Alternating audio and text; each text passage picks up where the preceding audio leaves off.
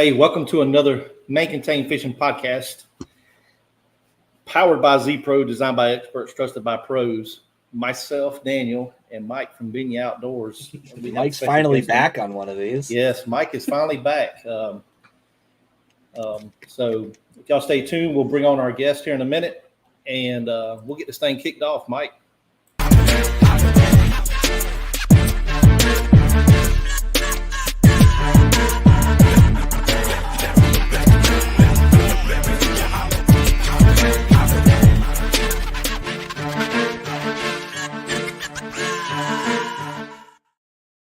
All right, welcome to the show. As always, if you're on Facebook, make sure you have Facebook, StreamYard. Make sure you get on Facebook and make sure that Facebook likes you on StreamYard. And as always, we'll be putting this on Spotify tomorrow. And let's get bringing our guest, Mike. We got Chris and Tandy from YAKRODS as our guest tonight, and we're going to bring them on and welcome them. Welcome to the show, Chris and Tandy. Thank you. So, hey, it's not going to be no formal thing. We're gonna talk some kayak bass fishing, and on y'all's end, y'all going to talk about YAKRODS, what y'all got in store for 2024 and 2025 as far as product wise. So just kind of tell us about yourself and tell us about the business and things like that. Sure. We'll start off by telling the story of YAKRODS. Okay. I'm going to let Tandy start because I wasn't there at the beginning, and Tandy was. But we are the two owners of two of the owners. We've got one other. It's my wife. So between the three of us, we have YAKRODS together. But Tandy has the beginning story, and it's actually the story that made me invest in YAKRODS and say this is a good business to be a part of. Yeah, we started out, so just getting into kayak fishing, as all of you probably, anybody that's kayak fish started in a little beater boat.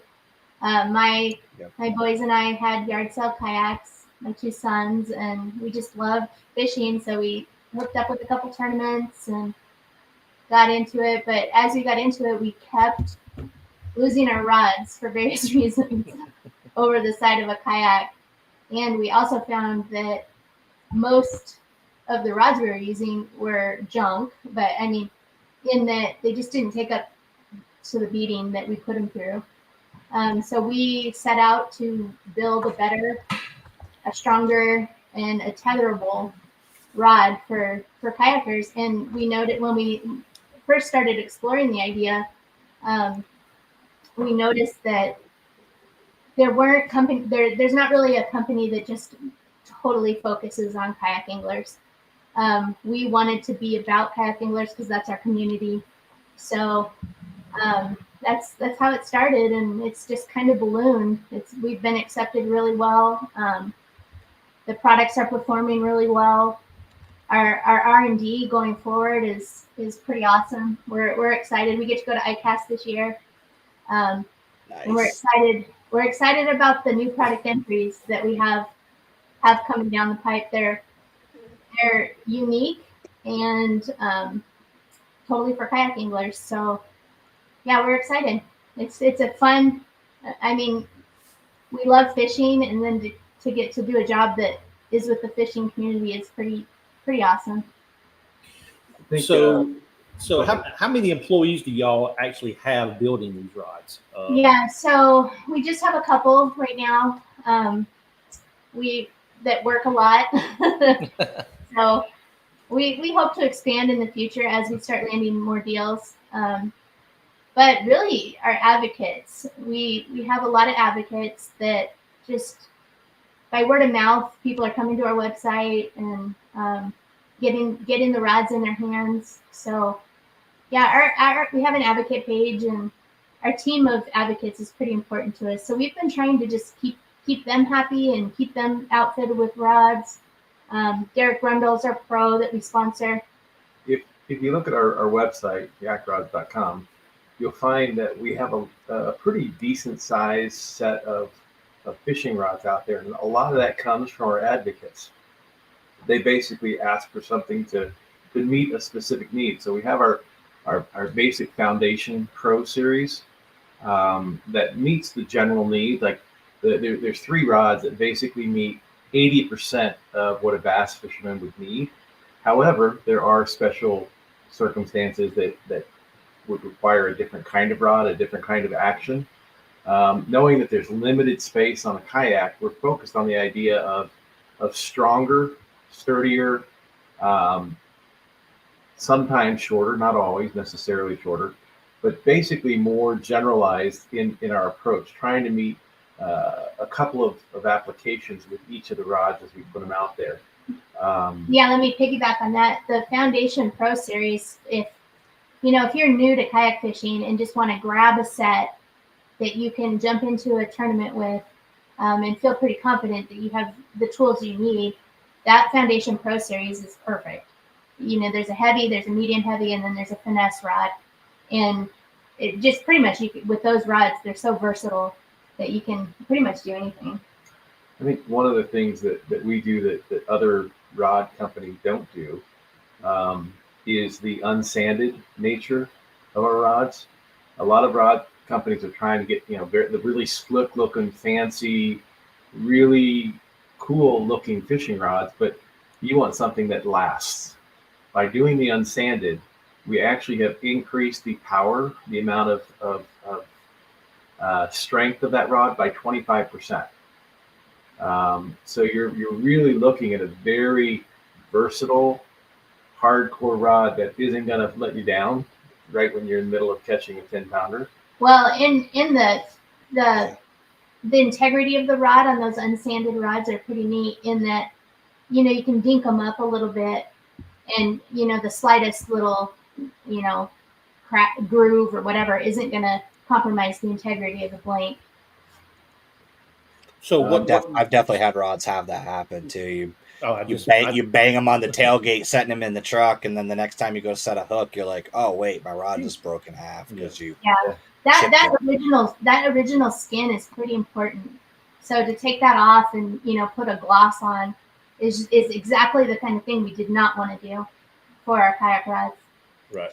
So what style blanks do y'all use in most of your rods, or do y'all use different style blanks for each type of setup? Or when you say style, what do you mean? Like a certain type of blank, like a IM6 blank, or what? We have a blank manufacturer in Portland that does custom blanks for us for each application. So we have special sauce for each one. So truly, this is a custom. You're dealing with a company locally that's a state or 2 states over from you. Yeah. Y'all are in Idaho. Yep. And so you're not getting a shipment of blanks from China or no, sir. Yeah. No, they come from Portland. The guy works with us on different textures. I mean, it's not that we're the only ones that purchase these blanks, but we are the ones that are primarily out there asking for multiple. So we're not using one blank, doesn't fit all needs. Okay. And that's really important.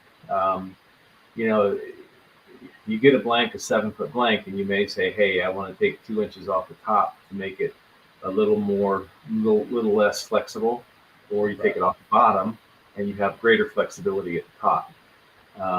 So a lot of those are just tricks of the trade that you use to be able to make it a powerful rod. But like I said, they're unsanded, and I think that's a critical piece of what we do. We also use top of the line hardware. Our components are American Tackle has been amazing with their guide system. They've won awards, and I think over the years that we've been doing this so far, we've had, I can just count on my hand how many tip failures or guide failures we've had.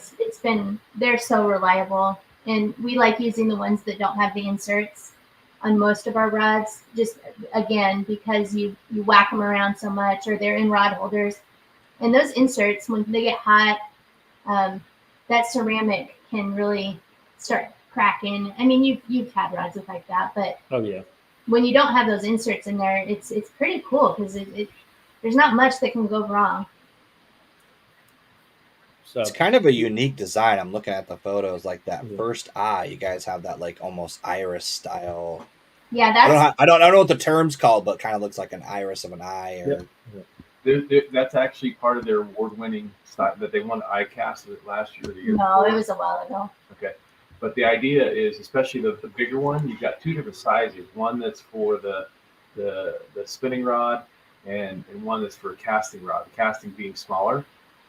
But the whole idea, and I've learned a lot of this as I've gotten into the business with Candy, is that increases the distance that your line will go.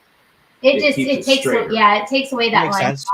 Well, because it can't bounce around and it's not it's a direct straight. That makes sense. That actually makes a lot of sense. Yeah, we had when we first gave our pros our rods. I think it was Cody Henley when we had him on. He was like, dude, I'm casting 15 or 20 feet up into the bushes because you just will cast further, which is perfect for a kayak because we're not standing up, so you can't get that leverage. A lot of the time you're not standing up, and it's super accurate. So getting rid of that line flap just gives you better accuracy, further distance. It's one of those things that, again, we can put on a kayak rod specifically for kayak anglers to improve the experience. The first time I cast with the rods, I remember thinking to myself, oh, crap, I got it up in the bushes. And just thinking, how did you do that? I was so far away. I'm like, okay, I'm going to drop this about 20 feet from shore. And it went right up on shore. And it's like, okay. Yeah, they launch out of there. What they told me is accurate. Right. So I know the one thing I was noticing, sorry, Daniel, is that it's something that I'm going to point this out as someone who's a pro staff for a different rod company. But what I am going to say is you guys have the lure rating on almost all of your rods is almost an ounce. So just to give you guys perspective, and this is a plug for YAKRODS, and I'm willing to admit it, go look at your department store rods and see what the lure rating is. It's not an ounce, not on anything that's less than a heavy. So that's definitely a testament to how much more power that sanding adds, because it's a 7-foot rod with an ounce weighting. That's not common. No. So bouncing off. Go ahead, Tandy. To add to that, what a lot of the ones in the store are doing too is accommodating what most the lure weights are. So it's probably not a true testament to what the rod can do, but as a semi-custom rod builder, that's one of the advantages is we're actually telling you the truth. Right. So, yeah. Yeah. So going back to what Mike was saying about the ounce, big swim baits are becoming a thing, even in the kayak industry versus the bass boat industry. But have y'all decided to maybe throw a rod out there to throw a 2 ounce or a 3 ounce or So providentially, Chris said, hey, why don't you bring a couple rods? And I was like, well, okay, I'll bring the BFS. And I brought the big swim bait rod. So yeah, we do have hard to see, but we have the big Bofo. It's called the big Bofo. It's called the big Bofo. It's huge. it is. It's 7.9 and it throws from 2 to 6 ounces. And we've thrown 7 or 8 ounce on it too. It does amazing. It's got the great guides. This rod is decked out. We had a couple guys here that only fish big swim baits in the Pacific Northwest, and they helped us design this rod. It's amazing. I'm not a big bait thrower, so I don't fish with this one a lot, but the guys that do say it's the best on the market. So you would consider that blank probably not a heavy, maybe a extra heavy. It is an extra heavy. Yep, it's extra an extra heavy. pass. Okay. And you said that rod's 7.8. 7.9. 7.9. This rod actually is it's a St. Croix blank that we used on this one. that's just performed really well. So it's a composite, but it has a glass tip. Yeah, it's an extra heavy, medium fast. Yeah. Okay. Cool. That's, you know, I'm not a big swim bait. You know, I'm not going to throw something 6 ounces. I threw baseballs all my life, and I can't be throwing. Me either.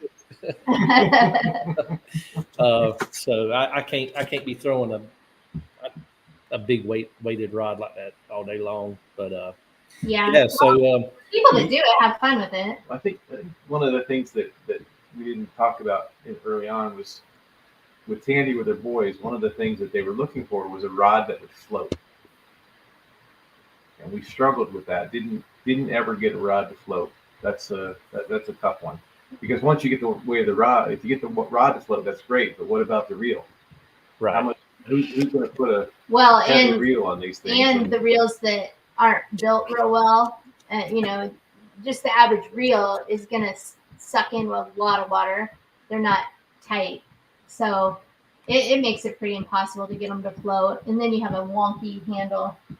But to be honest, though, looking at your website, you guys kind of accommodated for that, because I noticed there's like a leash spot in the butt of the rod. So that for kayak specifically, that's huge. As someone who just pulled the rod that I lost out of the lake 3 weeks prior, and has lost the rod almost every time I fished a tournament this year, that could be a huge advantage, being able to leash it right to the rod and not have to rely on some weird bungee thing that I have to like put on my reel and make sure it doesn't get caught in my.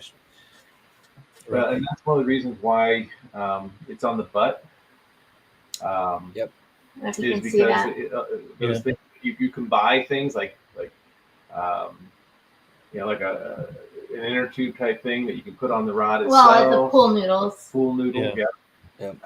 I got a picture of one of those the other day, and I started laughing when I finally realized what Tandy was talking about all this time. Was my nephew has pool noodles, and they're literally just cut down short, about yay long. Right. He's got a blue one and a pink one. And, pool noodles and zip ties. I see a lot of guys doing that. Well, I mean, if it's the best option, and that's what it's been for a long time, but we have a better option now. and getting better. Yeah, that's something we get to release at ICAST, is part of this other system that's totally cool. But with that said, with the end cap, what's so neat about it too is it acts as an amazing counterbalance.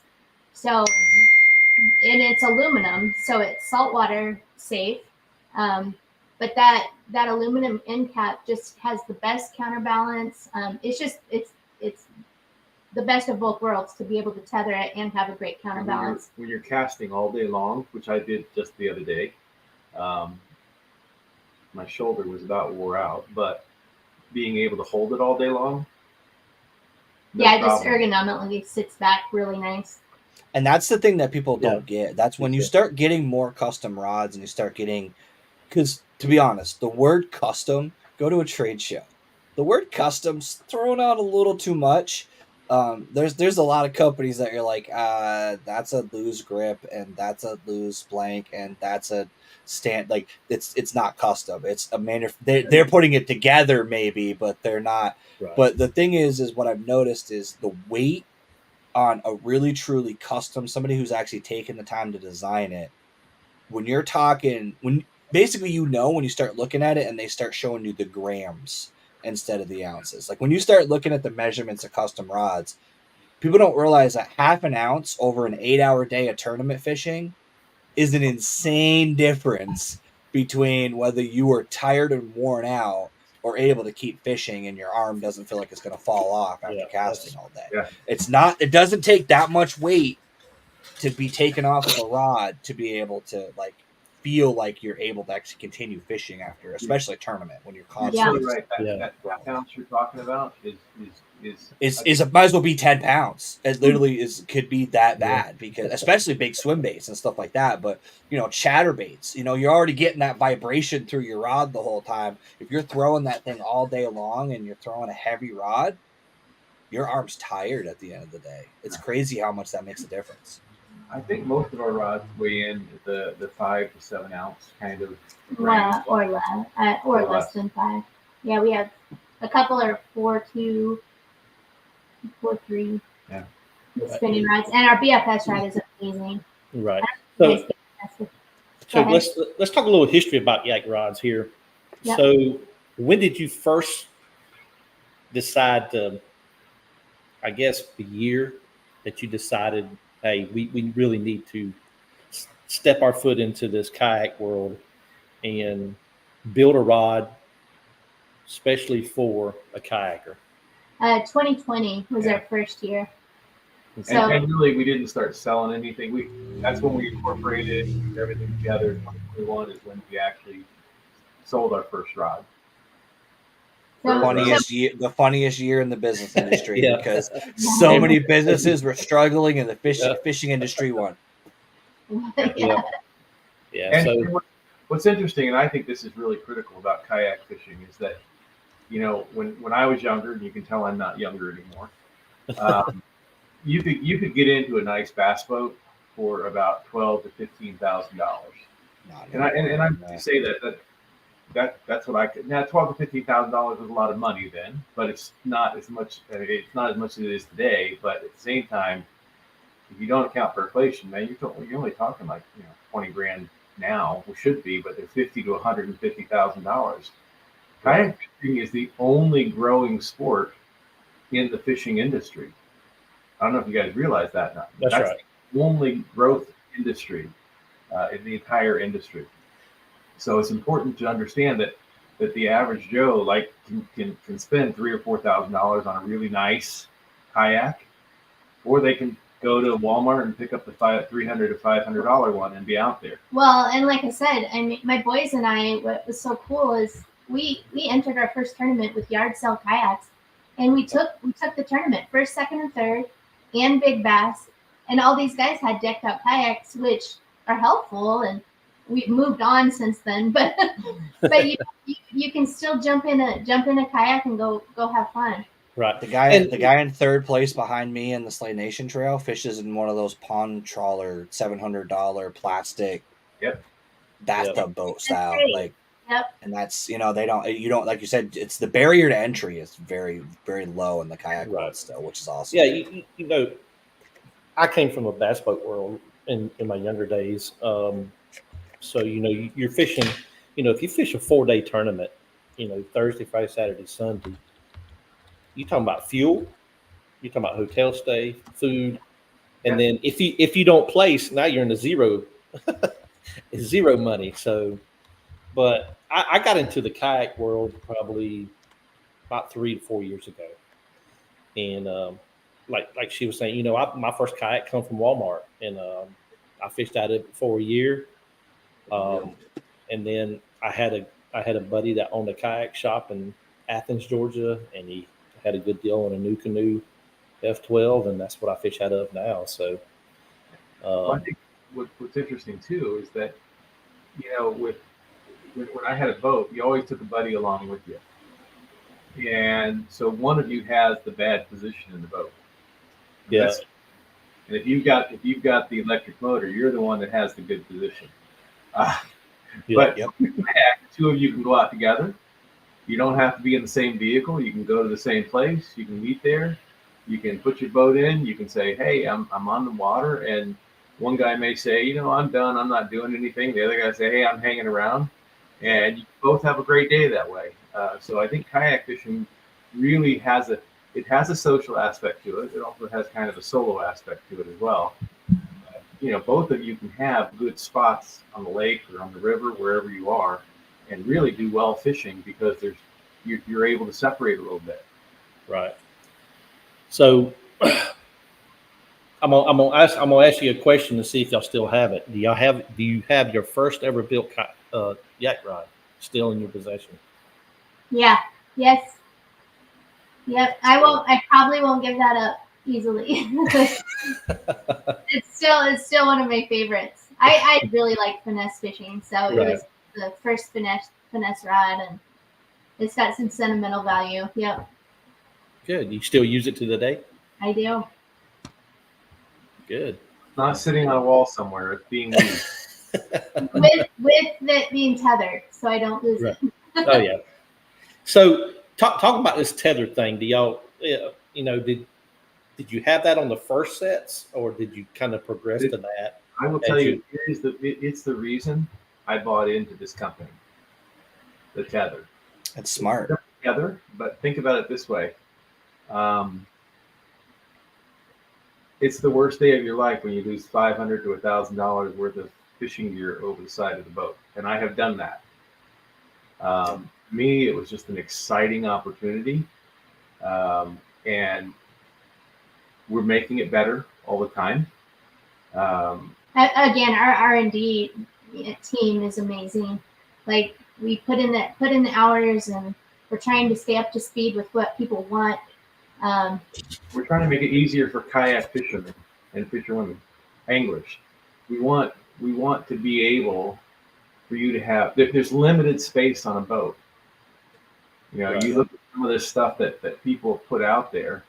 I'll just say Yak Attack as an example. I love Yak Attack, so this is not a negative, but their rod holders are monsters. So there's different things we're looking at and saying, how do we maximize the amount of space you have on a boat for the greatest amount of enjoyment, because it's horrible to lose a rod over the side and reel. Right. But that's our focus right now is trying to improve the life of people who are out on the water so that they have a great day and love that time together. Right. Tandy mentioned kind of as a sidebar, we have some announcements we're making at ICAST, so we really can't say anything yet. So we're less than a month away, or just a little over a month. And then we'll have some more stuff, and maybe we can come back on and talk about those things then. But we're doing a big splash at ICAST with our R&D. Sweet. The dog's walking around our feet. Sorry about that. So yeah, truly, ICAST is a fisherman's world. It's something that everybody wants to go to, but you have to be manufacturers or media people, or you got to have a badge that somebody gives you. And we will have one of those. You'll have one of them. We have one for you if you want. Certainly. Hey, let me see if I can get off. I'll speak to you about that. Yeah. Certainly, even if I can just make it one day. To reiterate on that, guys, for the viewers that don't understand, so ICAST is not the classic. It's not where you're going to buy the latest stuff. It's where you're going to see the latest stuff. It's where industry people are going to meet to make deals. That's where buyers are there to say, hey, we want to put your product in our store. And it's not, I actually don't think the average angler would enjoy ICAST because it's not what they think it is. It's literally an industry event for networking, for companies for a small company to get in front of the big boys and say, here's our stuff, here's why ours is different, and here's why it should be in your store or why you should sell it. It's not a trade show that you're going to buy stuff. A lot of the times you have to sign an NDA before you can even go into certain areas at ICAST because you're not walking around with a GoPro and recording that unless you've got a special credential. It's right. That's right.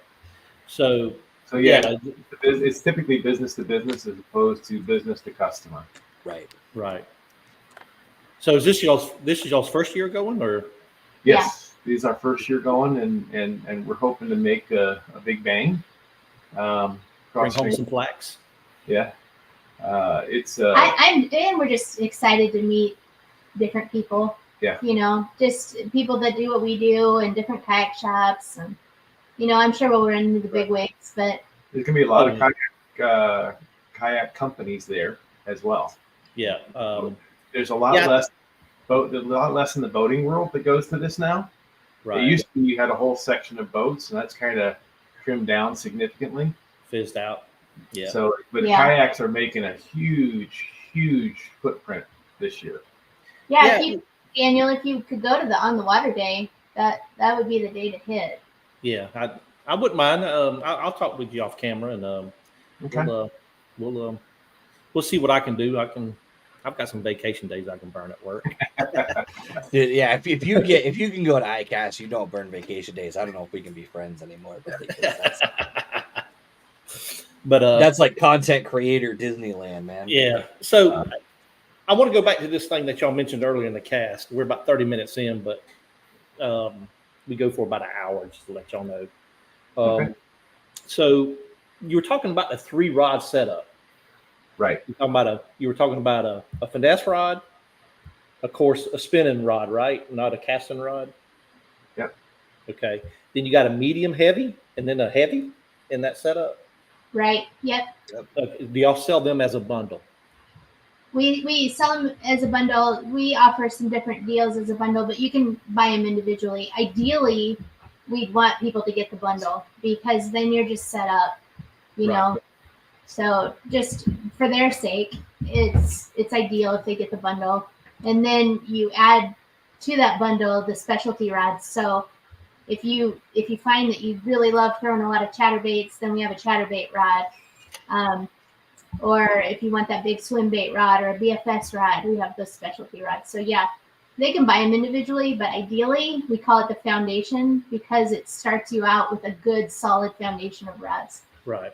And I think it's really educational that you guys pitch it that way because a lot of people don't realize that you don't have to have a square bill rod and a swim jig rod, and you can throw a lot of stuff on the same rod. And like you said, in a kayak, you're limited. Like I have 9 rods in my kayak at any given time. I've had 12. It's annoying and it's hard to do. But you get to the point where you have to be creative on, like what I do with my finesse stuff.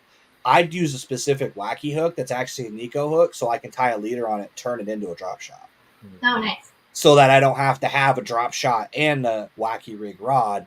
I just tie a leader. Sometimes I'll even put it on a snap swivel so I can just snap a weight onto it to make it a drop shot and then switch it back out because you have to be innovative like that. And having a series of rods that explains that this is your finesse technique rod, this is your moving bait rod, this is your heavy cover rod, helps people to realize that they don't need 12 rods. They could do it with 3. You just need to know what the rod's built for. And you can have 20 rods on a boat. You can't on a kayak. You can't. That's you right. just can't. It like I said, 8 is the limit. I like 9, but 8 is the limit. How many do you fish with, Andy? How many rods you carry? You're asking the wrong person because I'm a minimalist. Quite often you'll see me with just 2. 2. I'll have my finesse rod and then a moving bait rod. So, and I'm good to go. Yeah, you good to go for the whole day. Yeah. Chris, how about you? How many rods you tote usually?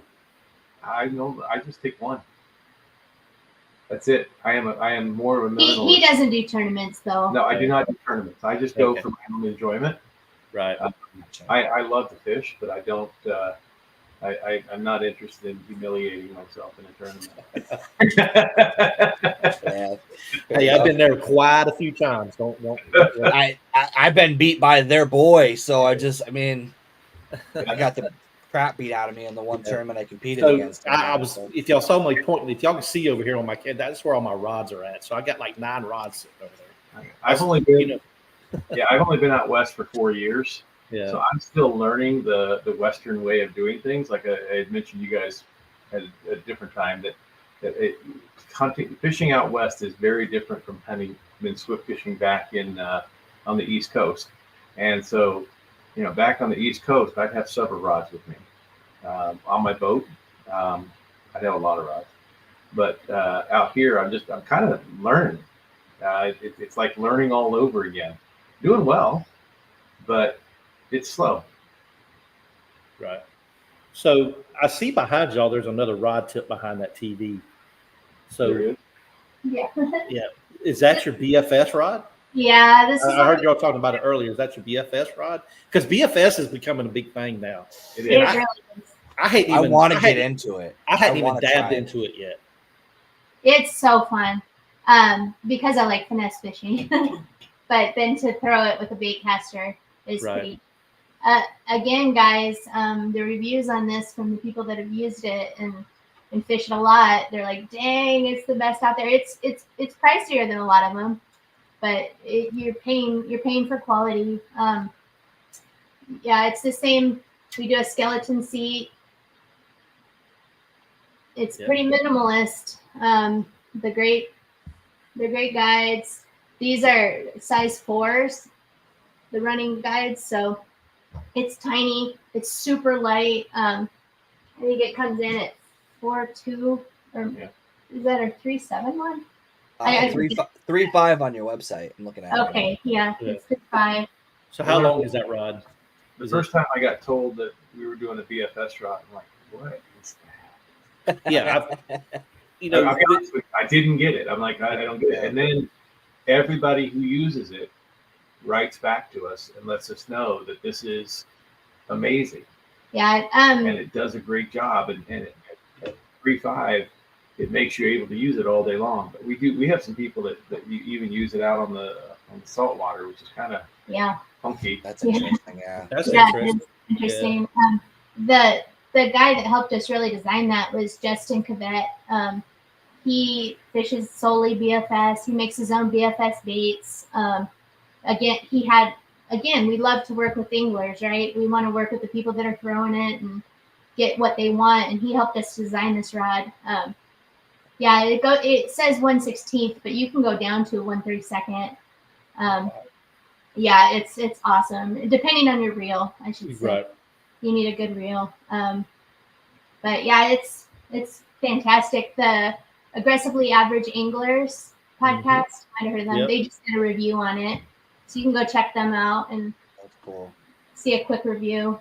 I've considered it only because the spinning rod. I worked in factories for a long time, and I worked in restaurants. So and now I work on a computer. So my carpal tunnel in my hand gets really bad, and holding my hand around a spinning rod all day makes my hand like cramp up bad. And being able to have that bait caster has really interesting, because I fish a lot of wacky rig and Ned rig, and being able to use like a BFS setup where I'm using a little bit lighter line and having that comfort of a small bait caster I've the problem I have with it in my mind, it's still like my mentality is I'm gonna bird's nest the crap out of that reel a bunch before I learn how to really properly skip with the bait, because I can skip like jigs and heavier baits with the bait caster, but when it comes to lighter stuff, I have gone through so much Seaguar fluoro trying to skip with a bait caster, and because when you get into that small stuff, like when you're doing it with 12-pound, 14-pound Seaguar, you can kind of pick it out.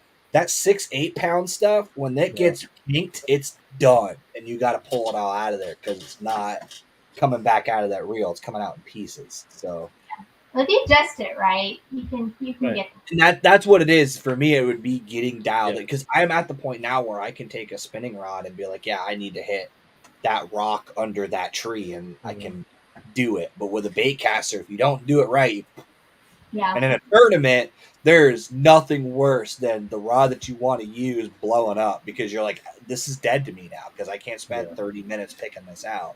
Yeah, it's funny to hear you saying what you're saying, Mike, because I am the same way. I've used spinning my whole life, and then all of a sudden these bait casters came out. First time I cast one, it was just a net. As big as the reel itself. Yeah. And when you spend an hour cutting it out, you're kind of like, I don't want to do this anymore. Yeah, and the thing is what's worse is with the cost of stuff now. Like, if you're using like I mean, I just say Seaguar because it's the brand recognition. Honestly, I'm pro staff for Reaction Tackle, so I use their braid too and fluoro. But you're still dropping $20 because that spool of line. If you're cutting that out of there, now you got to order a no spool line. You got to put line on there. And like I said, if you're doing a tournament, every minute counts. So if you blow that, I have reels literally for tournaments. I have a plastic Tupperware container in the front of my kayak with backup reels, so that if I blow one up, I can swap it in the kayak. And I do that for two reasons. One, if I blow it up, or two, if like I decide, I need fluoro instead of braid, I can swap the reel. And I don't have to worry about having so many. It's the same kind of concept you guys are talking about. I only have so many rods, so if I take that rod, swap it for a fluoro reel, now I've got a cranking rod with fluoro versus a cranking rod with braid. It's still hard to do all of that on a kayak because you've got limited space. Oh yeah, try doing it on a 30-mile-an-hour wind day. It's real fun to try to put line through those eyes while you're doing this. So Tandy, I got a question for you. Yeah. You talking about working with anglers and everything down here in South Georgia, we have these small rivers, and they have a lot of overhangs. Are y'all in the market for building a shorter rod, or are y'all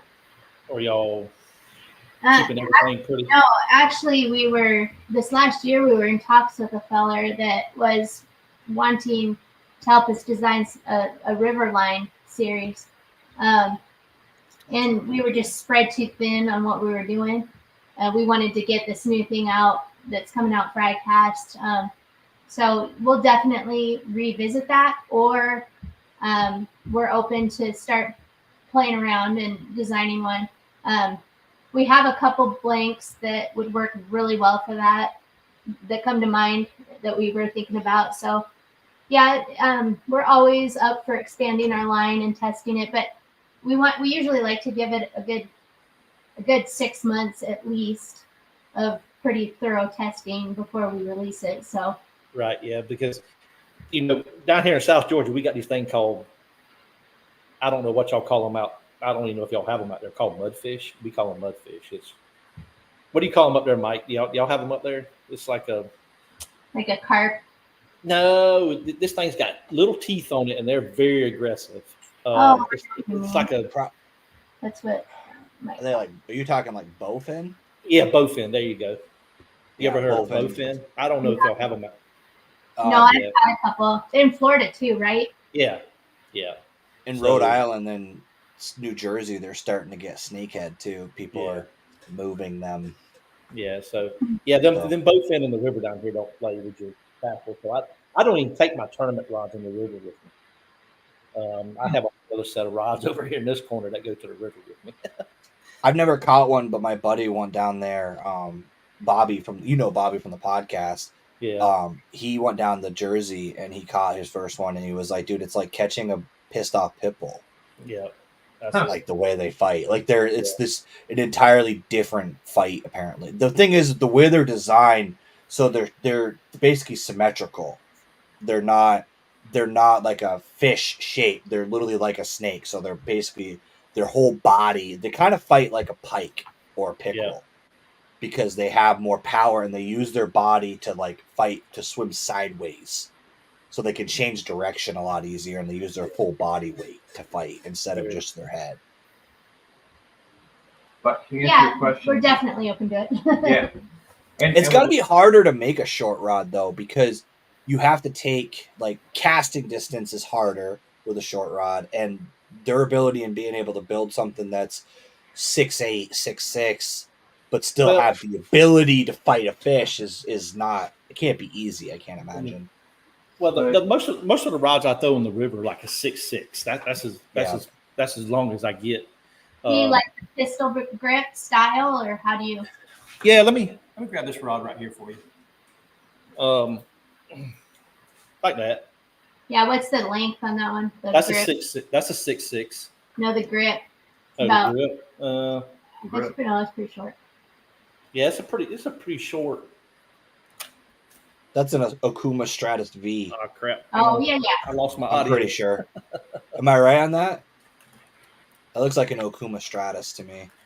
We've had a couple people request river rods like that with a pistol grip because they just wanted to be able to. It's about the skipping, about to be able to get stuff up on there. Yeah. Yeah, I throw a lot of buzz baits in the river, so a lot of Texas rig stuff, a lot of weightless Texas rig. So I just something to beat around the bush for next couple of years in your head. It applies for dock fishermen too. It's not just rivers too, docks too.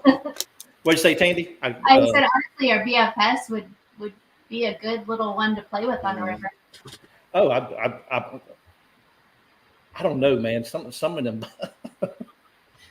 both in might. No, that'd be a fun ride. It'd be a fun ride. It's pretty. We've had guys catch big ones on them, so it's pretty durable. 6, Gotcha. 8. But yeah, it's so. Are y'all excited about going to ICAST? We are. It's pretty much all we talk about anymore. Do you have any specific goals? Like, do you have like, I guess the question is, are you guys looking to go direct to consumer, or are you looking to be like, hey, I want to make a deal with XYZ box store to get in their store? We're a little bit of, we're not everything at this point in time. We've actually got some ideas about some of the stuff that we want to do. We want to do a little bit more working with some of the kayak shops than Okay. that where if you go to a kayak shop, there's no fishing rods. Right. So become like an accessory in their work with our Foundation Pro. Right. Because if somebody's going to drop $3,000 or $4,000 on a kayak, they're probably going to drop a couple hundred on a rod, no problem. Yeah. Well, and those are usually new kayakers to the game, and we want to get that foundation line in on their kayak. Right. So that's the best place we can think to expose people. Yeah, we're not adverse to talking to some of the distributors. It's not our ultimate goal, but we would absolutely be willing to have those conversations. But at this point in time, it's not something we're expecting to have to be, because we're a relatively small shop. But we would, if somebody wanted to throw a bunch of money our way, we wouldn't say no. Yep. Oh, certainly no, not at all. Well, and we're just excited to show everybody what we've been working on. Yeah. Right. We're pretty excited. Cool. It changes things a little bit. So Yeah, we're looking at some component work. We're looking at some other stuff. So things that YAKRODS is, where I think we're known for a little bit of ingenuity because of the fact that we're literally the only kayak only shop. Right. well, really the only rod with a built-in tether system. Yeah. Right. Yeah. Yeah. Yeah. Patented, Because, by the way. Yeah, that's patented. Yeah. so I know there's a company out there that sells a butt end. It's Savior or something like that. You change out your butt end on your rod, or you add it to your butt end, and it falls overboard. It deploys this. Yeah, but they're big and they're bulky and they keep Yeah. lasting well. Right. Right. We've got an answer. We do have answers for that. But Our but current- they did a good job. Yes. I They mean, that's fair to come up with something like that. That's Right. I like that they're doing something different. Right. So you're talking about this tether system. So when you're talking, if you can see me in the video here, so you got a tether to your rod, then you got a hook that hooks to your vest. You Is can that hook it to your PFD, or you can hook it to your. I have a little loop on my seat on my Hobie, and I just hook it right there. So it's pretty long then. Yeah, Yeah. you can still stand up and cast with it. Oh, okay. All right. So it's not like a. No, it doesn't limit you to just holding it like this. It's Right. like this. It's And we've had a couple what is it called, renditions of it, so you Right. know it's constantly getting better. Honestly, the redneck in me, when I saw the hole in there, I was thinking, because they make those like cable zingers, you could tie a piece of paracord through there and hook a retractable zinger to it too, and pretty much have it mounted right to your kayak and still pull it up, cast, and Totally. like I could definitely see how you could do. I refuse to buy a black pack at $80 when I can go to Walmart and buy a plastic crate and zip tie PVC to it. So I'm that kayak angler where I'm not willing to spend the money on a. I tend to make things custom. Sometimes it ends up costing me more than the thing I'm trying to imitate. Yeah. But at the end of the day, I'm always trying to like you said, it's all about like minimize when you're in a kayak, and that's what I talk about on my channel a lot. Is like one of the things I do with like a swim jig, I'll fish it as a jig, I'll cast it out, drag it like a jig, and then slowly work it back, because then I don't have to have a jig and a swim jig rod. Right. Do you And same cut thing your with space. Senkos? You cut your Senkos to make neds. I don't cut them, but what I do, I will say what I do is, if they break, like for example, one of my favorite ones is like the Berkeley Max set, but they suck because after I wacky them a lot, and after 2 fish, they're gone. but I will save them in a bag, and then I will use them. The other thing I'll do is when the bluegills eat the tails off my Kayak, that's not top stop. Yes. Yeah. I'll take the Kayak that they bit the tail off of, Yeah. and I'll use that as a drop shot bait now, or I'll whack that as like basically a small little Demiki type bait, because then I can save money on it. So, talking about the lines of YAKRODS that you have, I know you got one. You call it the X chatter, or strictly for a chatterbait. Is that strictly a chatterbait rod that you built? Yep, it's designed for chatterbait. A lot of guys will still throw a spinnerbait on it. They like the way it performs. Right. But yes, that's one of our specialty rods. That when I say specialty, we talk about the foundation being super versatile. Right. The specialty rods are more technique specific. So that one's chatterbait. Yeah. What makes a chatterbait rod a chatterbait rod? That's a question I never really got. Like I get it and I buy one, but I don't really know what makes it different than a swim jig rod, for example. Yeah. Like, what's the difference? Well, the tip. Okay. The tip on this rod is just it's pretty sweet as far as we nailed it with the sensitivity, but still being able to pull it through, a weed mat or grass. With a normal medium heavy fast moving bait rod, you don't usually have that sensitive of a tip. No. You want to have a little more power. So the chatterbait rod just kind of it performs really good. That's actually been one of our best sellers, is our chatterbait rod. Mm-hmm. That makes sense. So you kind of have almost like a small section of almost a moderate level of sensitivity, and then the rest of it's like, because that's what I always wonder, because you see like bladed jig specific rods, and I'm like, in my mind, you use a medium heavy fast. That's what I was taught that you use that for, but then now you have a specific tire. Yeah, it's where it goes to the backbone. So the tip goes to backbone pretty quick. Gotcha. Right. It's still very nice. So you're talking about, I learned this from a fishing school. Bobby Barrett talked about it in his frog school. But you're talking about the load of the rod. When you're fishing a chatterbait, you're not going to set it like you do a Texas rig or anything like that. You just pull them back on that rod, and that rod's loading up. You let that rod load up. So if you have that fast tip coming into the backbone, it just loads up very well. Right. So it's more of a moderate tip, but the back, it just goes to backbone really quick.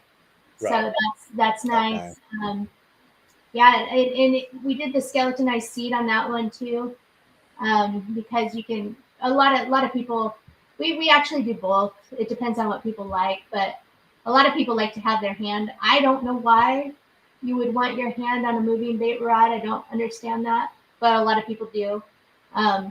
But even with the full reel seat, you can feel when that chatterbait hits the grass, or if it's a fish. It's a really nice tip. That's cool. Gotcha. Cool. So, anything else y'all want to share with us before we get out of here, or anything like that? We need to hook up again after our highcast. We'll have a lot of fun. Yeah, I definitely let y'all get through ICAST and get the game changer out, as they say down there a lot. Yeah. I would just encourage kayak anglers to reach out to us if they have ideas, like you mentioned, the River Series rod. If you've always had this idea of a rod that you have in your mind, but we're always open to hearing and exploring with people. Even if people see a rod on our website that they like, but they want a little bit different grip or things like that, we like to accommodate. So Tandy will actually, from the current rods that we have, will talk to somebody and come up with a new model effectively that somebody wants, where they switch out, like you said, the grips or something. We basically use the blanks that we have. Yeah, we don't want to change those up because they're tried and true. We do semi-custom work for people. It costs a little bit more, not a lot. But we basically will build a rod that has those specific things that you may want, that are slightly different than what somebody else and slightly different than what we sell. So we're more than glad to do that kind of work. Okay. The grips on your guys' rods, are those like a foam or are they wind grips, or what do you guys use No, for? we did use wind grips initially when we first started out, Okay. and we still have wind grips on the rip rod that Derek helped us design. Because we wanted to keep that as a full length grip, and they were okay. They're heavy, so we wanted a little bit lighter.